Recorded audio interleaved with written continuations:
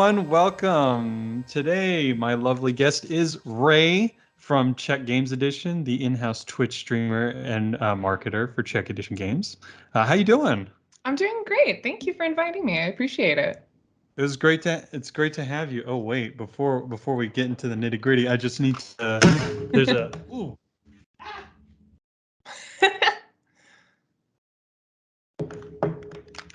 I'm keeping that in. What did you do? Well, I'll get into that. I think I remember when I first came across you was on Twitter, and I saw your. Oh, I your get where this picture. is going now. Yeah.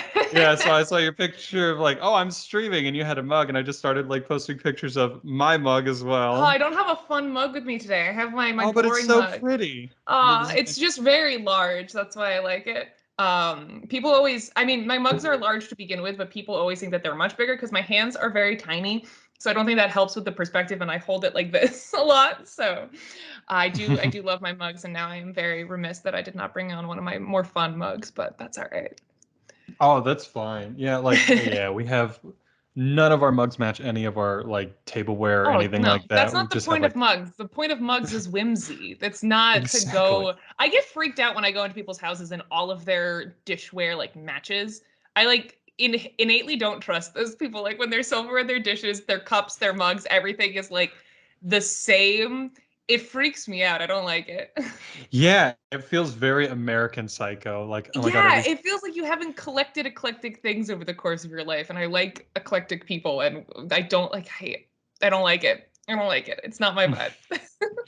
Absolutely. So, real quick for people who don't know, so you are the official Twitch streamer for Czech Games Hmm. Edition, lovely board game company, makers of some of the best games out there for of varying complexities and audiences. Oh yeah, we make I everything. got I got Starship Captains. I see it in the background for you too. I Lost finally got Ruins my of retail Arnak. copy. Finally, I'm so happy I have it now. It's an awesome game. Ah, thanks. I really enjoy it. It's really good. So I'm curious, how did you fall into being, the in-house Twitch streamer for Czech Games Edition? Because I haven't really seen anything like that from any other game companies. Yeah, CG really kind of set the bar for in-house content. Like they were there really is not a lot else out there. There are a couple of companies that do a little bit. I know Big Potato used to stream. I think Yellow does some streaming and stuff, but there's no other company that has a dedicated person the way CGE does. So I'm very lucky and very grateful to kind of be the guinea pig for the industry of what that can look like. And I mean, I got it just like any other job. People always ask me that question of how did you magically get it? I applied. It was CGE wanted this position. They initially just wanted a broad umbrella content creator, and I applied for that. And the way I ended up being the Twitch streamer specifically is that I am crap with YouTube. And Eleni from Cardboard Rhino also applied, and she is, I don't mean to slander her, but she didn't know how to do Twitch. I won't say she's crap at Twitch, but she had never streamed before. And they liked both of us enough that they split the job into two positions and had Eleni become the full-time YouTuber and me become the full-time Twitch streamer, which is honestly a lot of where my respect for CGE with this position comes from. Not just having the idea of doing in-house content. I think a lot of companies are starting to think about that. They're taking those traditional social media roles and being do TikTok for us now. They're dabbling in that, but CGE took that extra mile of we have these two people who are very good in their dedicated spheres, and it would do a disservice to ask one of them to mesh both of those together. And they realized that those two different positions are really two full-time positions. To do Twitch very well or to do YouTube very well, that needs to be your whole thing. So it got split into two, and that's how you got me and Eleni. Yeah, I gotta say, because I've seen a lot of Twitch for the most part. I think honestly, you set for me personally, a bar to reach to, because your streams are they're very high quality. Like your layouts are nice and clean. They're not too cattywampus. They're just enough little spice here and there and flavor without it being like an assault on the eyes. Yeah. Thank And you.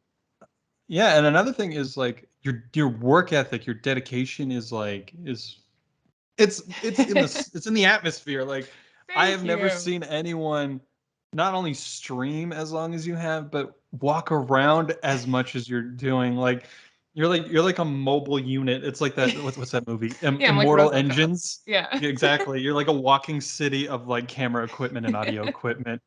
Well, thank you. And I really appreciate that. That means a lot to me. I work very hard, and I think sometimes this is one of those kind of invisible jobs where my job is to have fun. And so a mhm. lot of times people don't see the work that goes behind that. Because if I came on camera every day and was like, "Whoa, this was a long day. Do you know all the work that went into making this happen?" No one would watch it. So I appreciate you saying that. That means a lot to me. Yeah, it's incredible, and like credit where credit was due. And man, I hope Matt doesn't see this when I ask him if I can make content for Colossal. You actually, I think, met my buddy Matt from Hmm. Colossal at PAX U. Lovely gentleman. Yeah, How absolutely. was PAX U, by the way? PAX was good. It was tiring, to be honest. Like this show, I think, really solidified for me that I need to. Right after you talk compliment my work ethic, I need to scale back a little bit because I'm reaching the point where I am doing so much work that I'm not seeing my friends. And when you're in a job that is as social and as interpersonal as mine, like it is important to like see your friends.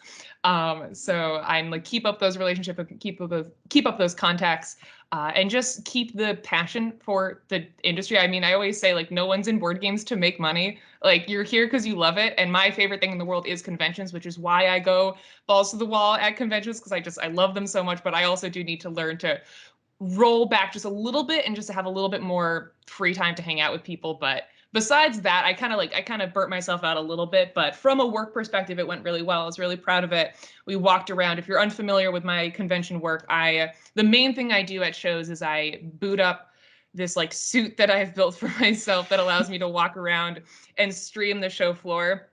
And it's like a very high quality, smooth shot, which is hard to do, primarily because you need to have a lot of gear in order to do that, which is why I look like the Terminator walking around.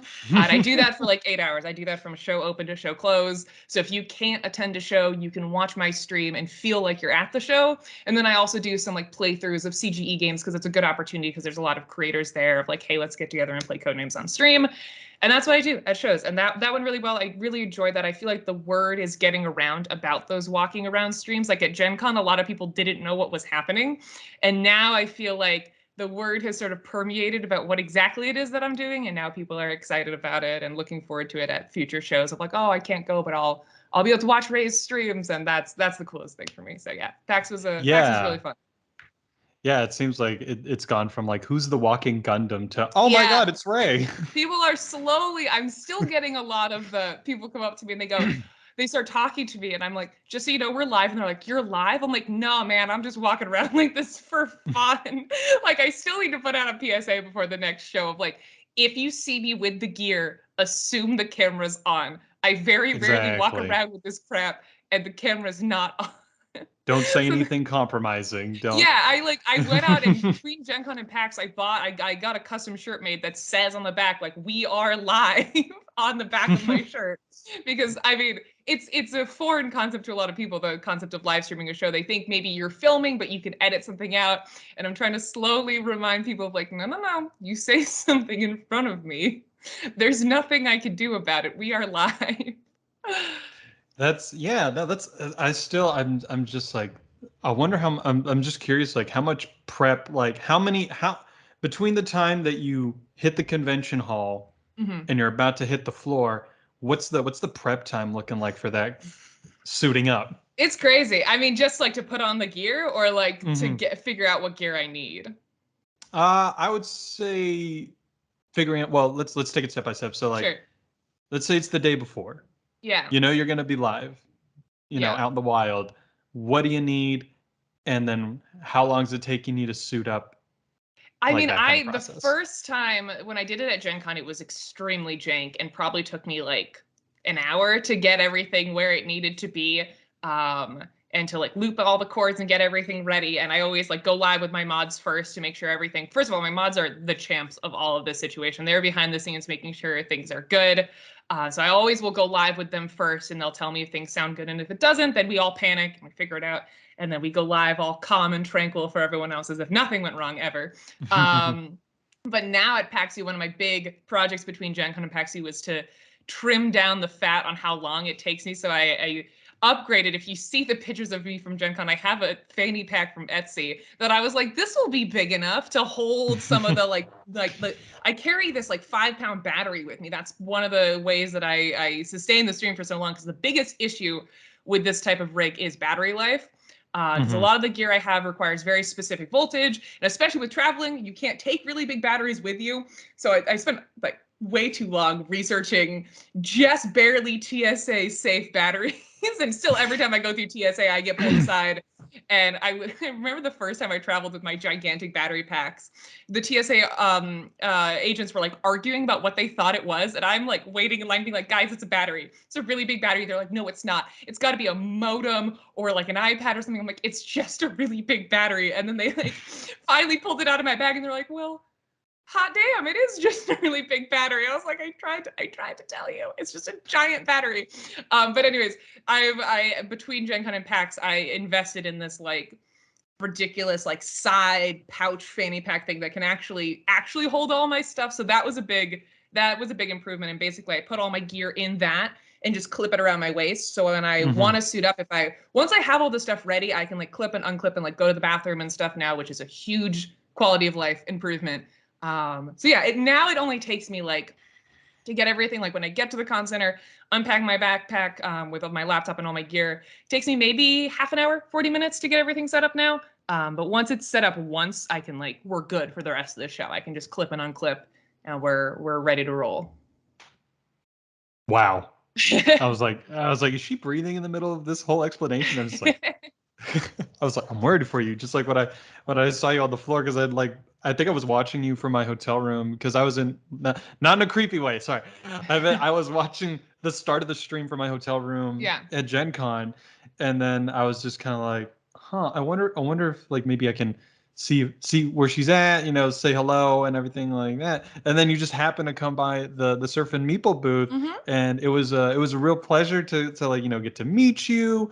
For the just for that brief little stint through our booth. And like I was also just blown away, like how composed you are, and how just how you keep everything nice and light and fun, and make time to go to everywhere, not just like you're not like just like the big publishers and everything like that, but you're like stopping by like, hey, so and so, like how's your Gen Con, or that's going what's to like fun a about it. smaller Like I can booth. go to It's the big nice. publishers booths, but it's like I know what games they're bringing. I've seen them. The cool thing is like going into the artist alley or going into like in PAX, like the far right side of the hall is all like indie devs. That's the really cool stuff, because I get to discover and experience a new game along with chat, which is the fun part, especially like going up and seeing friends who chat might not know about, and giving them a platform to talk about their stuff. That's what it's all about for me.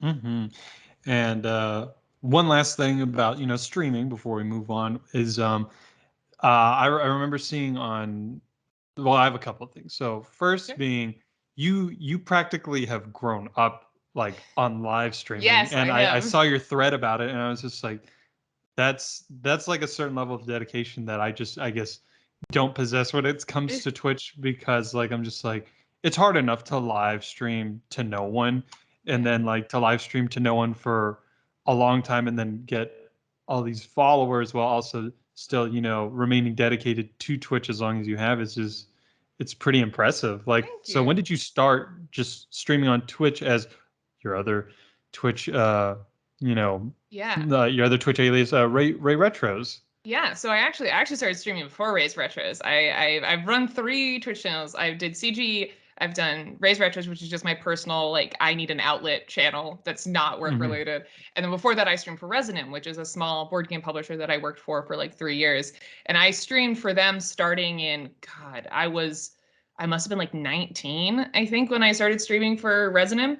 So yeah, I make the joke all the time that I literally grew up on camera. Like my entire like awkward phase in college, while I was like learning like what my style was, how I wanted to dress, I went through probably 8 different hair colors on like through the course of Twitch. You can like see the progression.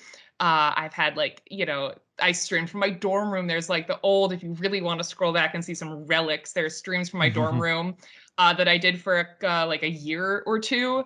So yeah, no, I've been on Twitch for a very long time. I mean, people have been on Twitch longer. Like, I'm not ancient, but it's more that I started streaming relatively young, and I feel like at a very, at least personally, a formative time in my year. I feel like it took me a while to figure out who I was and like my identity and all that stuff. And you can see that like live transition. Those were a big 4 years for me personally, and you can really see that transition, which is kind of spooky, but also super cool to look back and see how I've changed. And there's this crazy big archive of my like growing up on Twitch, which is a very unique and cool position to be in.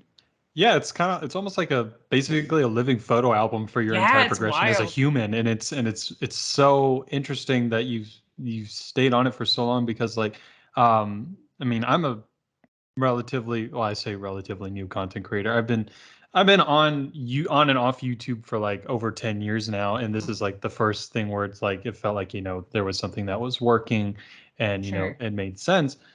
Um I'm curious how you went how you overcome that threshold of like, because I also come from the world of like doing like live performance and comedy Cool. and Yeah, yeah. being on camera for acting and everything like that. Like if I'm pre-recording something, it's because I have a script and I'm improving and everything like that. Or if I'm live streaming, I would want to play to the audience. But for me, it's hard to overcome that whole there's nobody watching. So what audience are you playing to if there's Mhm. a room of nobody? Like, how did Yeah. you persevere through something like that where you start off with no one watching?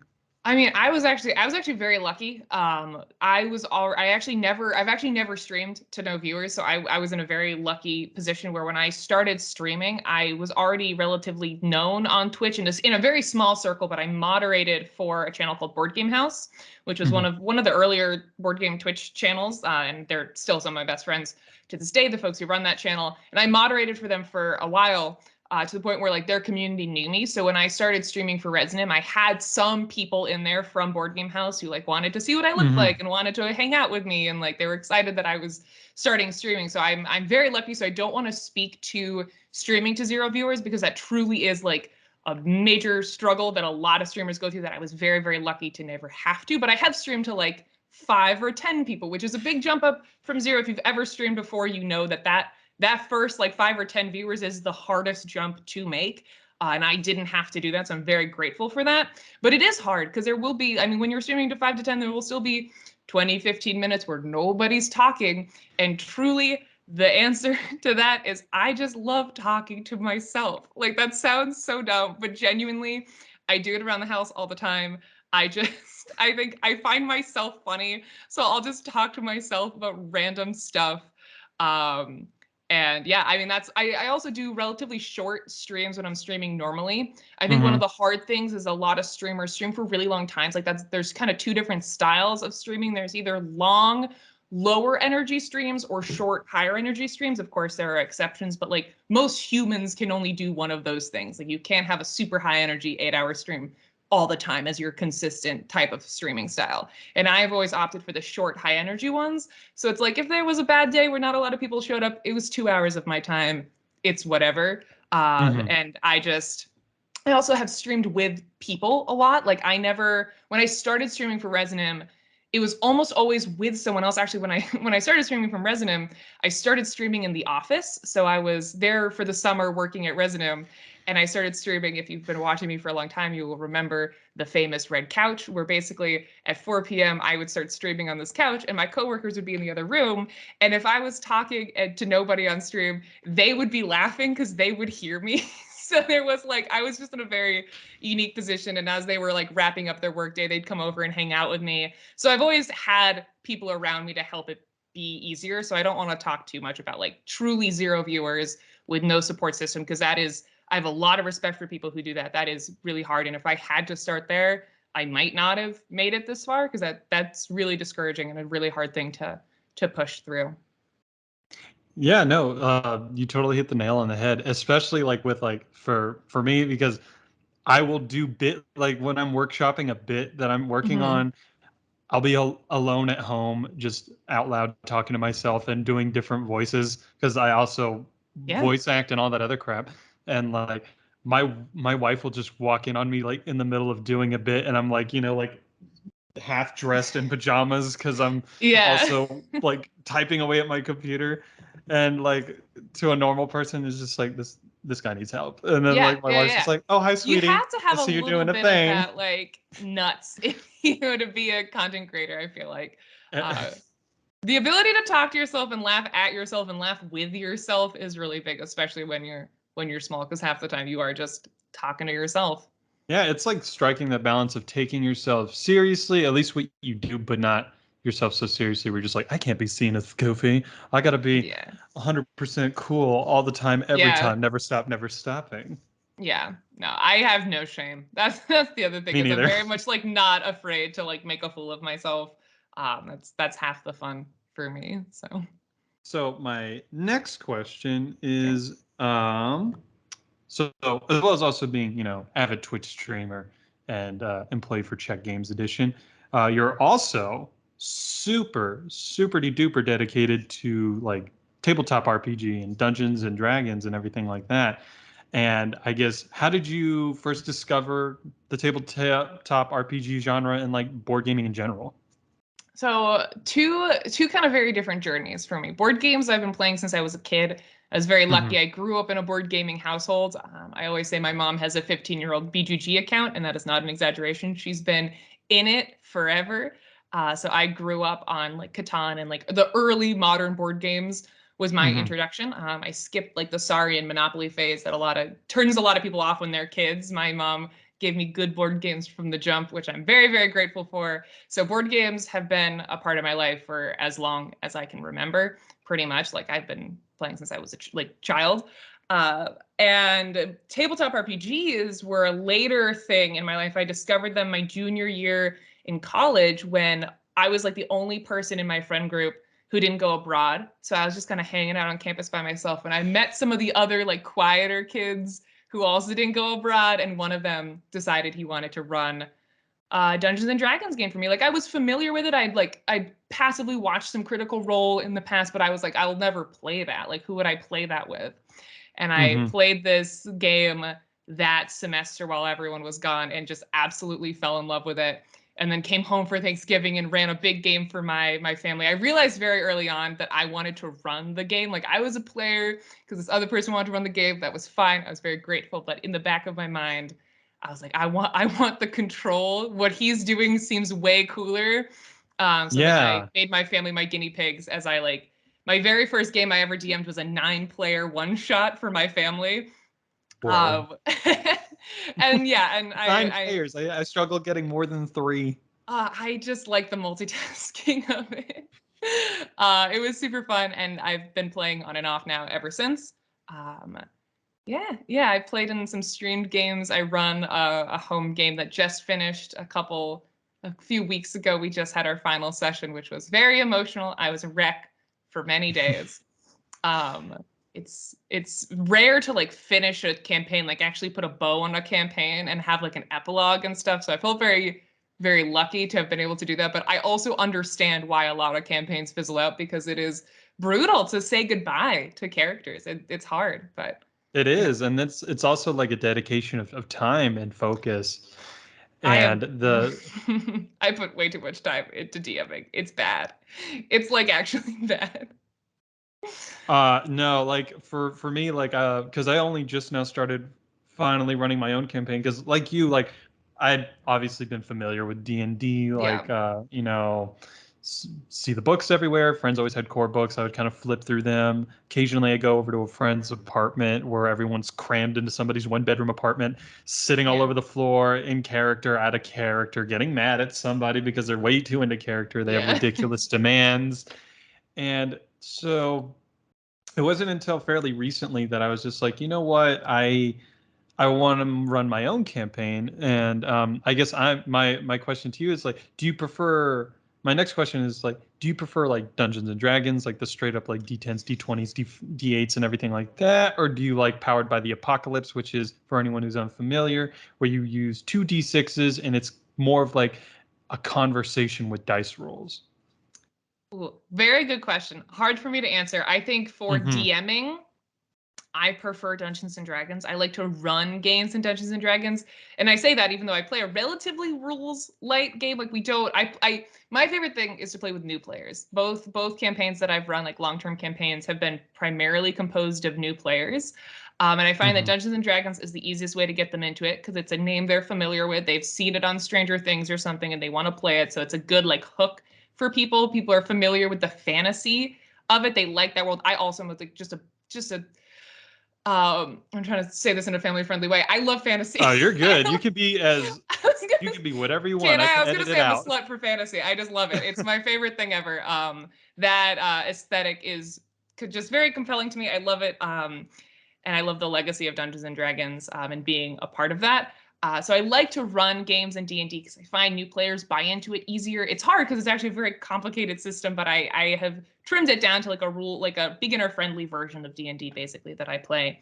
Yeah, I just really enjoy running D&D games. However, playing in games, I prefer to play weirder RPGs. Like I played in a Monster Hearts game that I absolutely was in love with. It was super feral and amazing, but I think I would be a bad DM for that. Like I'm good at like the classic fantasy DMing, because I can be not like railroady, but I can plan things out better because there is this vast system that D&D gives you. Whereas with something like Monster Hearts or Powered by the Apocalypse, there's a lot more free form.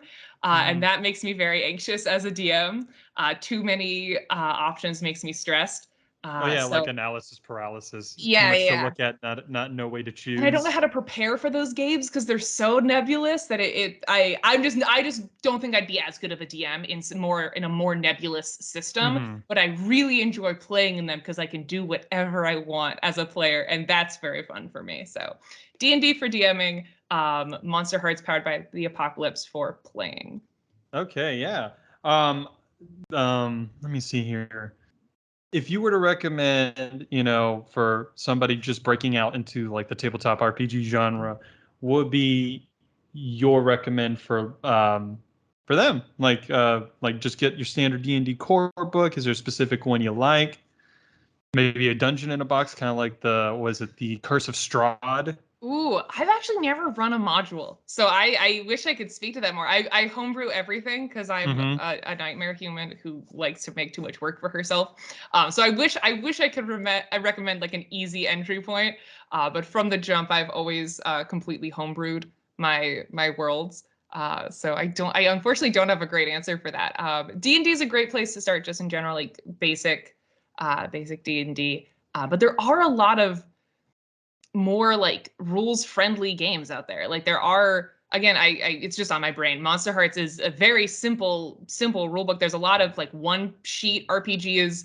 So if you're willing to not start with D&D, definitely look into indie TTRPGs. If the concept of all the rules you need to learn and you don't have someone guiding you for D&D, definitely start anywhere else than D&D because it is overwhelming if you're just like learning for the very first time. You buy the player's handbook and you've never played a TTRPG before. It can be hard to get into. So definitely open yourself up to indie TTRPGs. The hard thing with them is that they tend to be much more role play heavy. Like a game like Monster Hearts, it's like you are being super feral with your friends, and not Mm-hmm. everyone's comfortable with that. So it kind of depends on if you're coming from board games and you're used to lots of rules and stuff, go with D&D. But if you're just like you've never played a tabletop game of any kind, D&D can be really overwhelming. So consider some indie RPGs because they could be a lot more rules friendly.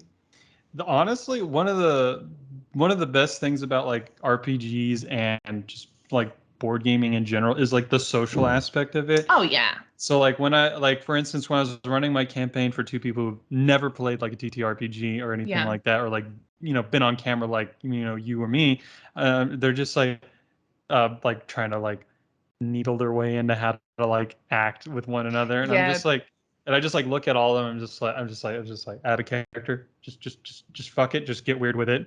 Yeah, yeah. Yeah. That's the hard thing. It's like it depends on where your comfort is. If your comfort is in the like tabletop side of stuff, like the rules side of stuff, like D&D gives you like a lot of guidelines for how your character is supposed to act. Like they can help you with the role playing because D&D has all this mechanics on top of it. But if that stuff scares you and you're a theater kid or something, screw D&D. Don't do it. Play any other TTRPG because they'll give you a lot more freedom to be weird with it. And yeah, the whole point is just like you don't have to be you. You can step Yeah. out of you Yeah. and be whoever you want to be, and that's like the really fun part of Yeah, D&D absolutely. and tabletop RPGs, and that and just like hanging out with folks. Like Yeah. Oh, it's it's one just thing an to excuse to hang out for me. exactly. 100%. 100%. So, my next question is like because we touched on it before on how you're an extremely hard worker, and of course, feel free to if you don't want to talk about it, just let me know. Sure. Um, you were, I know you were, you tweeted about this before about imposter syndrome and the Sure. difficulties that come with it. Um, I guess, do you want to kind of like expound on that a little bit, Yeah. like the feelings of it and helping to overcome that kind of like feeling of imposter syndrome? Yeah, yeah. So imposter syndrome is hard for me in a lot of ways, but the way that kind of hit me, I made that tweet about imposter syndrome after PAX, is like it's hit me a lot harder since joining CGE because I've been doing this crap for a long time. And there definitely is, I have noticed more people notice what I'm doing and pay attention to me because I now have the resources and the CGE brand like attached to me. And sometimes Mm-hmm. that feels very undeserved. Like, the PAX in particular, I had a lot of big media people who I've been watching forever. Like I had Matt Lees from Shut Up and Sit Down know who I am and come to the CG room and want to talk to me, and that feels like not okay. Like I that is feels very undeserved. And I know it is because I've worked hard. But there is something about the rapid notoriety that I've received in the Mm-hmm. last like year or so. That's like it's like turbo. It's it hasn't been a slow. I've been doing this under the radar for a really long time, and then I got hired by CG. Now everyone sees what I'm doing, and that jump has been like scary and feels kind of surreal. And I think that's where a lot of the imposter syndrome comes from, is like all of a sudden now people recognize what I'm doing, and that why, like that spooks me. And of course my content has gotten better, the quality has gotten better, so I understand why. But it's hard, especially like I feel like I just goof off on camera, like, and I know that that's part of the value in what I do, is like I try to humanize the CG brand. If I came on and was Mr. Business all the time, no one would watch. Yeah. The whole point of my role at CGE is to be an accessible, relatable person at CG. I'm supposed to just be a streamer, and streamers are supposed to be people. But sometimes I do feel like I'm pretty unprofessional on camera. I just goofs and gaffs all the time, and I'm looking at people who run very serious like media businesses like Tom Vassell and stuff, and it's like I do not belong talking to you. Like you are on a different plane. I'm just goofing off on camera. So that's kind of what I meant when I said I had a lot of imposter syndrome, because these big media titans that I really idolize know who I am now, and that's Mm-hmm. very spooky. It's very spooky. I'm very grateful. It's really cool, but that creeping feeling of like you don't deserve to be among them is always there. In content creation, it's all about, you judge yourself a lot against other people. Yeah, no, So I definitely know what that feels like right now, especially being smaller. Like I see like the tumultuous success of like another content creator, and it's not about like me necessarily. It's not like I'm jealous of them. It's just like I'm oh, just like it's I feel just like it's like I feel like I don't belong in the yeah, same space yeah. because they're like they're just like there's like their quality, their notoriety, and everything like that, and then there's me just trying to like It inch just my way never up a goes ladder that I don't feel away. like I should be on. Yeah, You I every even at felt that every when I was at Gen stage. Con. Sorry, what was that? Oh, I'm sorry. No, go ahead. I was just gonna say, like, you feel that at every stage. You're always, as you're creeping up to the next level of like content creation, there's always gonna be that transition period where you're like, I don't belong with these people. Like, this is I don't deserve this. Then I think it just stays with you kind of forever, which is the crappy part. But if you want to keep Mm-hmm. getting better, you keep elevating yourself to a new level, which means you start comparing yourselves to people who are better. And that comparison like never stops, but it also drives you to be better because you can see what you're aspiring with an A. There we go. Aspiring to be. I Uh, had to think about it too because yeah, like I'm like took multiple me a second. languages, so I'm just like, what's the word? What's the Yeah, word? yeah. Um, yeah, that I felt that honestly at because Gen Con when you saw me at Gen Con, that was literally my first board game convention. Like I went from Nice.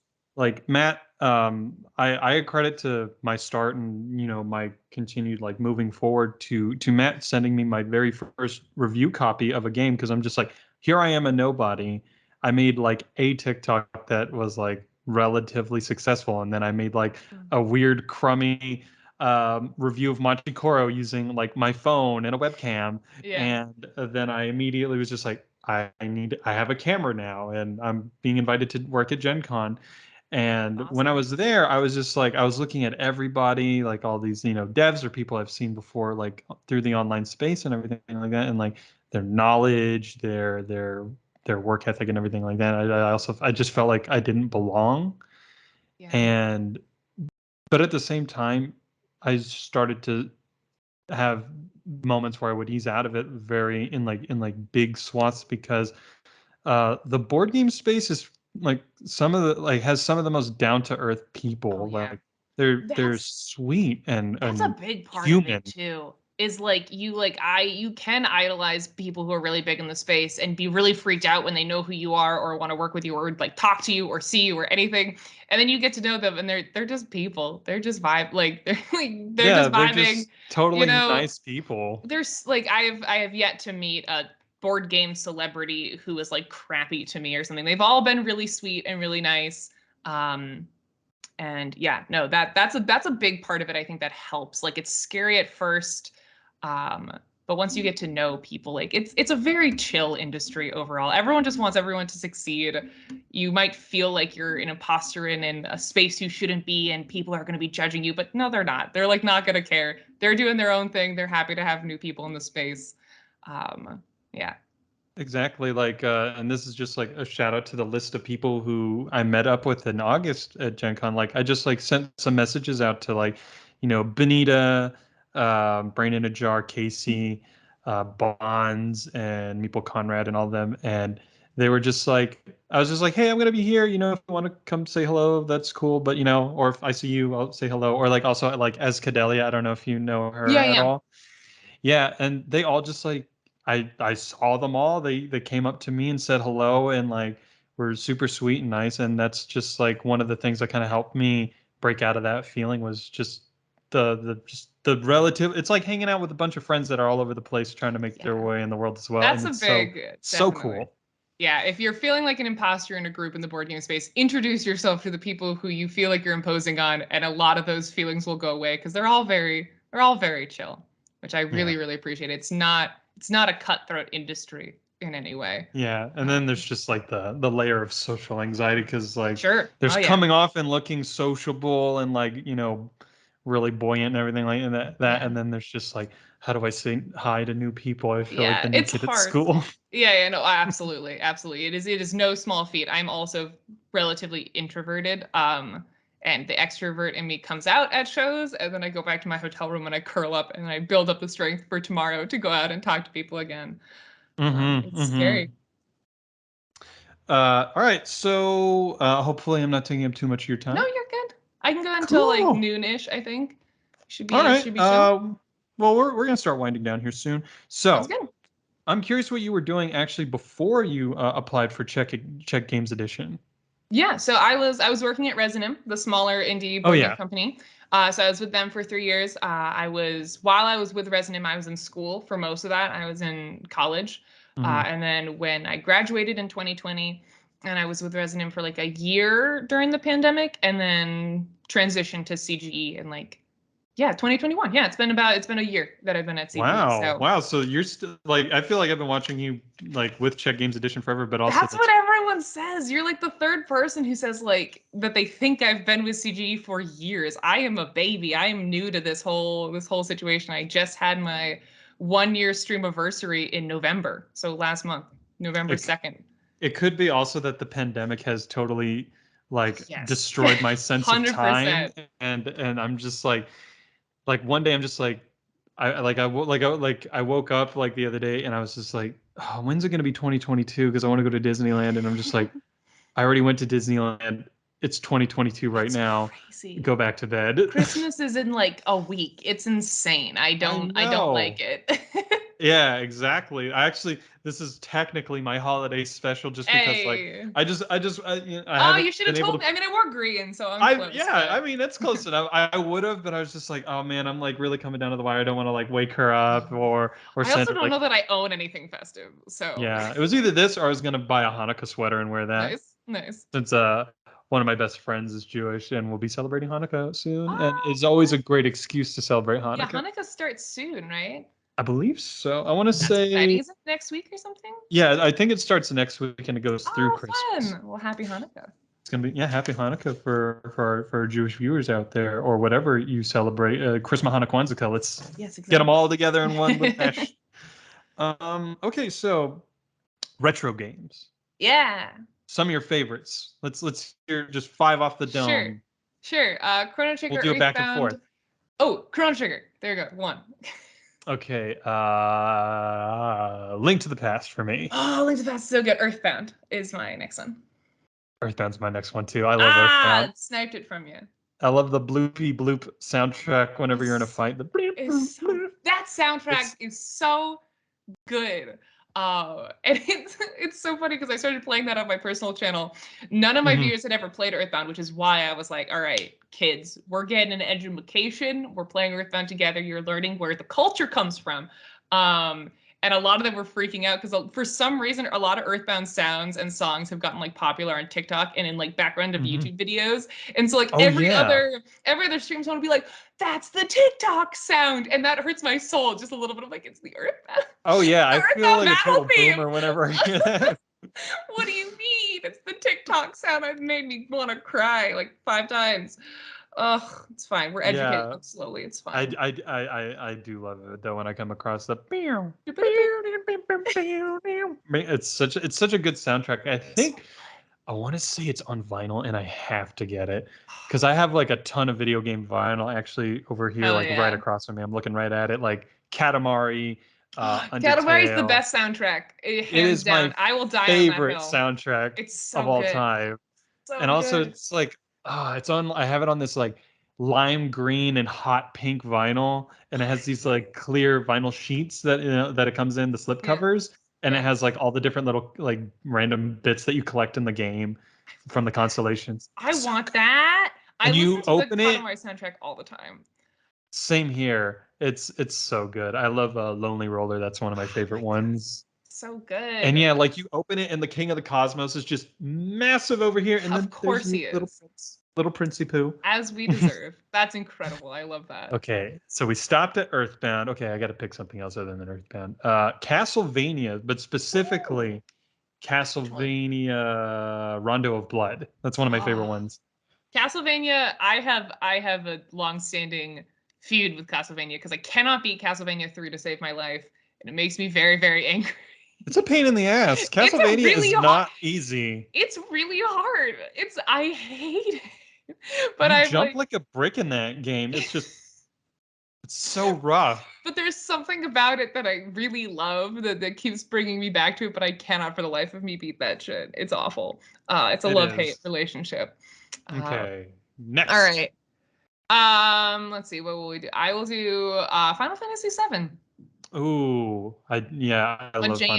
It's on Fantasy the VII. cusp of retro, but it's PS1. It's pretty Yeah, good. I think. Well, I guess then I'll retroactively pick instead of Rondo of Blood, Symphony of the Night. Symphony of the Night Ooh, soundtrack, awesome. super good Some of the soundtrack. best 16-bit slash teetering on 32-bit with some of the 3D models like art ever. I I love that style. When we were just like trying to do pseudo mm-hmm, 3D, is like I love that style so much. I miss mm-hmm. it. For sure. It's something everybody tries to emulate nowadays with some of like the newer games or like the demakes of like Bloodborne and Dark Souls. Yeah. But yeah, that was just like it was just right there in the pocket. So good. Okay, let's see. What else? What else do I got? Street Fighter. I Ooh, love Street I've never Fighter. actually played Street Fighter. That's one that escaped me. I was never into fighting games as a kid. I was an RPG girly mostly. If I was a I wouldn't say poor, but I definitely didn't have a lot of money. So like whenever I got a game, I was like, this is the game for Oh me. yeah. Oh yeah. And No, like, that yeah, like Street Fighter. It's funny because like I'm not great at fighting games, but I love Street Fighter. The aesthetic, the music, just the gameplay is fun. But I think it's just something about it is so special. I'm actually probably going to play the new beta soon, and yes. I'm also going to be hopefully previewing the Colossal Street Fighter game Ooh, soonish. that's That's going to be exciting. fun. It's Cool like little crossover. exactly. It's like how do you take and then I'm just going to like put like footage of like crazy Evo combos this and make it so a human can play it. Street Fighter the board game. Hell yeah. Hell yeah. All right. All right. Um, How about one more for us Last one before we move is on? Suikoden 2 for the PS1 is very, very good. I really love it. It's hard to get your hands on because it's very rare. But Mm-hmm. my mom got it for me a few years ago, which was like, yeah, mom, you know what's up. That she went out and got Suikoden 2. Very impressed with that. But it's fantastic. I really love it. See, I'm trying to think what would be considered retro and not retro. Like is PS2 too far up the I ladder? I would I think draw so. the cutoff. I say PS2 is retro. Like you boot up like friggin' I don't know, like um any PS2 game, like The Sims 2 on PS2. That shit looks ancient. Like Yeah, I it mean, really even does. the PS3 looks old now. Like I would say PS2 is retro. I draw the line. People say the Wii is retro, and that makes me depressed. So I say No. no. It's They like were right like, on the cusp of going into HD. yeah, no, no, It's in no, no, no. 4080. Yeah, absolutely not. Absolutely not. But Well, PS2 I consider retro. man, if it's PS2, it's a tough call. Well, Or like then that opens in up. that time zone, I'd say it's a tie between Psychonauts. I Mm. love Psychonauts, like Double Fine, their style, their humor, everything like that. It's Yeah, like Double Fine is great. so good. I It's either applied for a that. lot of Double Fine positions in college when I thought I wanted to do video games. I Um, actually Never tried panned to out. apply to Double Fine it Oh too hell for yeah, as a writer, yeah. and because I was a teenager and I was just like I'm going out and doing comedy. I can probably write I think something. every teenage gamer has at some point sent a like half-ass cover letter to a video game studio being like, I can do this. Like this is fine. I know game. I Yeah, can I make know game. games. Yeah. Yeah, but it's a tie between Psychonauts and the Prince of Persia series. I love those games. Oh, I that's can't nice wait for the choices. remaster. And Prince of Persia was actually a game my mom would sit with me and watch because she liked the storytelling of it Aw. and what liked watching me solve the puzzles. I had actually a pretty my mom's really cool. Like she even watched like anime with me Hell yeah, and cool moms unite. exactly. We were watching Yu-Gi-Oh on Saturday mornings together and I Challenge love her. Showdown. Yeah. Hell yeah. Shout out to moms everywhere. Shout out to all the cool gamer moms. I love you. You're Exactly. the Cool gamer best. moms. You're the real ones. Hell yeah. All right, we'll probably start winding down, but Sure, before sure. we do, what were some of your favorite games you played this year, board game wise? Oh, good question. Let's see. What are my favorite games I played this year? Let's see. Well, Like a I few you this liked this year and a few you're looking forward to coming up down Yeah, the the ones pipeline. that are on the tip of my tongue, because I Hmm. played them recently. Stay Cool by Yellow is a fantastic party game. I love like a crunchy Euro, but my group doesn't always. So I have Hmm. become a party game aficionado. Stay Cool is great. It's a multitasking game where one person will be screaming at you to answer a question verbally, and another person will be screaming at you to answer a question with little colored blocks. And it's awesome. I love it. It's That like sounds I like great. games that are really hectic and stressful. So like there's a timer going and you have to answer as many verbal questions while answer as many stacking questions, and then there's like an extra level where you have to keep the timer in your head and tell the person when to flip the timer at the right times. It's hectic and amazing and I love it very much. I also played Whirling Witchcraft this year, which I really good filler pseudo engine building game that I Hmm. feel like did not get enough attention. It's by AEG. First of all, the box is gorgeous. It's this like beautiful pink and purple box, and it's got this really great mechanic where you are a little witch making your little potions on your little, and you got your little ingredient bench with all your little ingredients, and your goal is to cast spells that turn some ingredients into other ingredients. So you might take a frog off your bench, cast a spell on it, and it turns into 2 mandrakes. And all the byproducts of your spell get sent to the person on your right. And you're trying to basically flood the person on your right with too many ingredients that they can't then transmutate into something else. So it almost has that sort of Seven Wonders style of you're only fighting against the people on like your left and right. So you're receiving the overflow from the person on your left, trying to turn it into something to send it to the person on your right. It's just fun. I really enjoy it. It's a Yeah, it great sounds like introduction really to- fun and hectic. Yeah, I saw Whirling Witchcraft so many times this year, and I kept like being like, I need a witchy game It's a good because witchy game. I love witchy stuff. It's great. Uh, It's really good. I really enjoy it.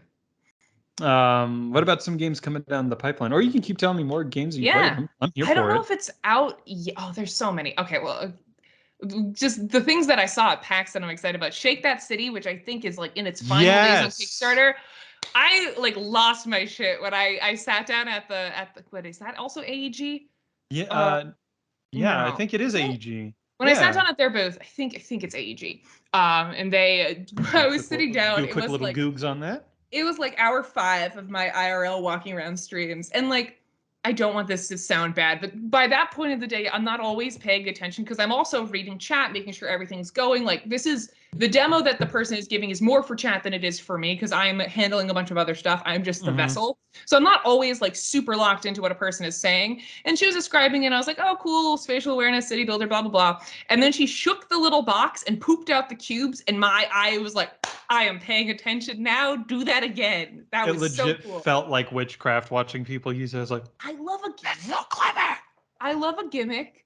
I really do. And it's a really good gimmick. It I love is a it. I great was gimmick. sold. Like it is 100%. Well, it's not a gimmick though. That's the thing. That's the thing is that it generates that block of cubes that otherwise, how would you randomly generate that? I guess you could have cards or something that have the layout on them, but like it's a functional gimmick.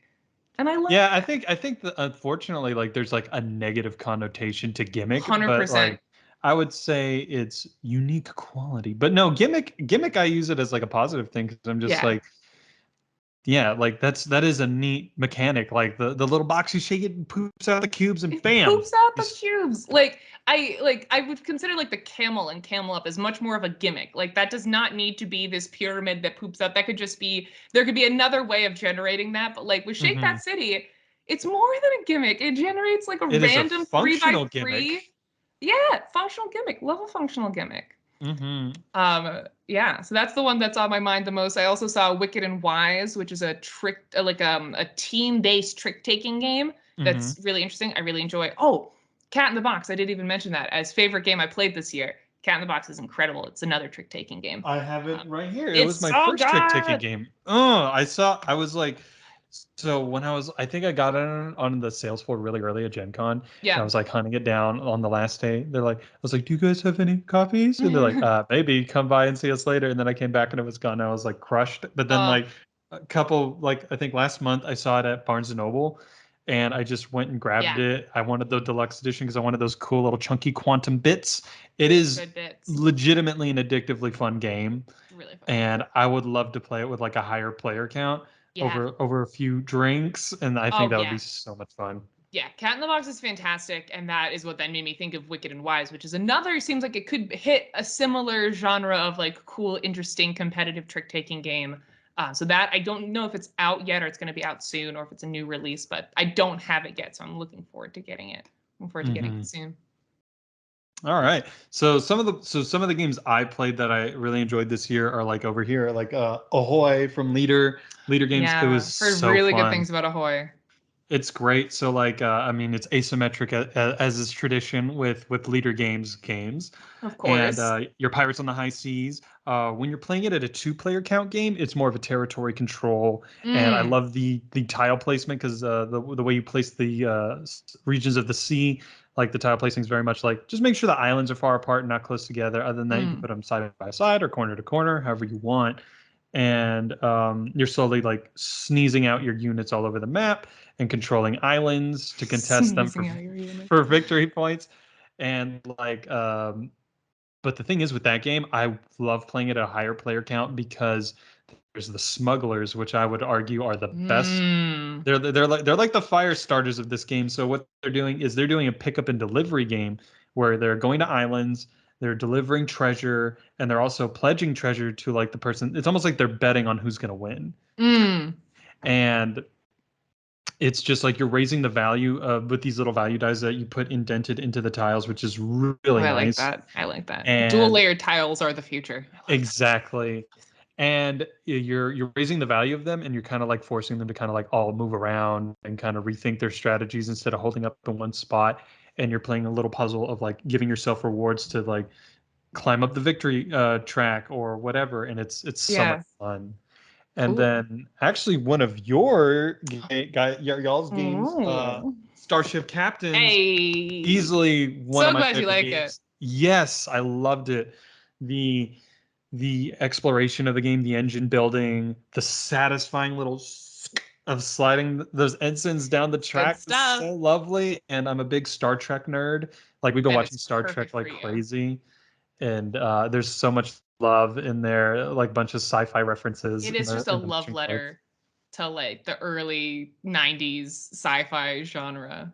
And also the thing about it is it's like it's it's I think it's like the perfect complexity level for like, people who like their decently heavy-weighted games, but also like that Mhm. you can play with beginners and still have a good time. It has a really Because good range. it does, and the design is excellent. And I especially just love like that. Like you are competing, but it's not like you're screwing each other over and attacking each other. You're Yeah. you're very much the prime directive. Yeah, that was very important to Peter, the designer, was that this feels kind of like that goofy, colorful, lighthearted feeling of like early Star Trek. He didn't want it to feel like a nitty gritty dark. There's a plenty of beige space games, and that is definitely not Starship Captains. And that was very, very important to him that we get that goofy, cartoony, non like solving problems without violence whenever possible. Like there is some Hmm. aggressions that you can have in the game, but it's not supposed to be your primary goal. My Hmm. favorite little Easter egg is that actually, if you look at the mission cards, because the mission cards depict, whatever event it is that's happening at that planet, and a Hmm. lot of them show conflict being resolved with food, which I think is really fun because a lot of what you're doing is going around trying to perform diplomatic actions, and a lot of the cards have like you bringing your food and like sharing it with them, and them giving them your food. Like it's like a nice. It's really cool. For some reason, that was important to Peter, was that like food is a common ground that people can bond over, and he wanted that to be shown and represented in a lot of the cards of how these conflicts are being solved. And I just think that's so cute. I love Peter so much. He's a It is. sweetheart. Yeah, I can't wait to interview him actually Yeah, he's soon. great. And let's see, I'll do two more that I love this year, and then Sure. I'll maybe touch on some that I'm waiting for. So mind management. Mind management Oh, is my management's great. amazing. Really good. So good. Like the art, Matt Kint's art is amazing. The That art comic's is great, so good. and the gameplay is so crunchy and good because like it honestly I mean it's been said before, but like it has such a good balance in the game itself because it's like you're getting just enough information as the person hunting down the recruiter, and the rogue agents also still obviously have that advantage of like hidden movement and everything like that. But like I think it's like every game I've played of it, it's like one person wins, the other person wins. Like the It's the really hard to recruiter, get balance in rogue a hidden agents, movement game, and they've really done it very well in Mind and Management. the It's totally shift great. system is chef's kiss. So good. And the last one, actually, I might send this around to some of my friends. I got this sent to me by a man possessed on Twitter, Mhm. and from Dark Dog Games. It's their flip and write game, Rune and Write. It's your witches making like etching a rune stone to cast spells. Mm. It's a really fun solo game, and it's like you'll draft cards out of the deck, and you'll just like rotate them into like a 3x3 grid, and like on your sheet of paper you're trying to like get as much of like the get as much of it filled out in like a wide combination as possible, and just score points that way. And it's just like it's got a lot of style to it, and like the Cool. cards are super I like purty. how tiny it is too. Yeah, yeah, it's Yeah, nice. it's a good portable game. It's a good. I enjoy doing it solo mode, and I also um, love it as a competitive game, and it's so nice. Nice. Games I'm looking forward to is like anything Tim Fowers is like coming out with Fugitive and Run. Yeah. He's got some cool And stuff. Did you see Paperback Adventures at PAX U? I did. I saw a lot of the coverage of it, and I was just like, "Oh, that looks like fun." Unfortunately, I didn't get to go to PAX U. I was just living vicariously Oh, through of everyone course, of that's course, there. of course. Yeah, any of the Fowers game stuff coming down the pipe. Arcs from Leader, Mm-hmm. especially. And there's one more. Oh, Mycelium, the mushling Oh game. yeah, yeah, yeah, yeah. It looks so good. So cute. So good. So good. I've been in love with that artist forever, so I was so excited to see that they're working on the board game. And a bunch of others, but Yeah, not enough time in the day. I don't want to keep you too long. no worries. But let's start wrapping up. Sure. Ray, any final things you want to get out there for the folks watching? Uh, Not much. I mean, if you liked me, you can find me on the Czech Games Edition Twitch channel, twitch.tv/Czech Games Edition. I'm also on Twitter at _Raybird_, where I talk about board game things. I talk a lot about the board game industry too. I think it's really important to kind of pull back the curtain on like what goes on in the board game industry. So I like to talk very candidly about how I feel about stuff there. Yeah, that's where you can find me. All right. Well, thank you so much, and thanks everybody for watching, and we'll see you next time. When you want to be genuine, but you have to do so many takes to be genuine. There's nothing in the mug. I've cheated you all. Hello, everyone. Thank you so much to all of my guests this year who've been on my show, Mr. Tim Fowers, Nick Brockman, and Rachel Billings, and those still to come. Also, thank you to the board gaming community at large, everyone from fellow hobbyists to fellow content creators, the designers, developers, and anyone who's given me the time of day. It's been a tremendous year of growth for me.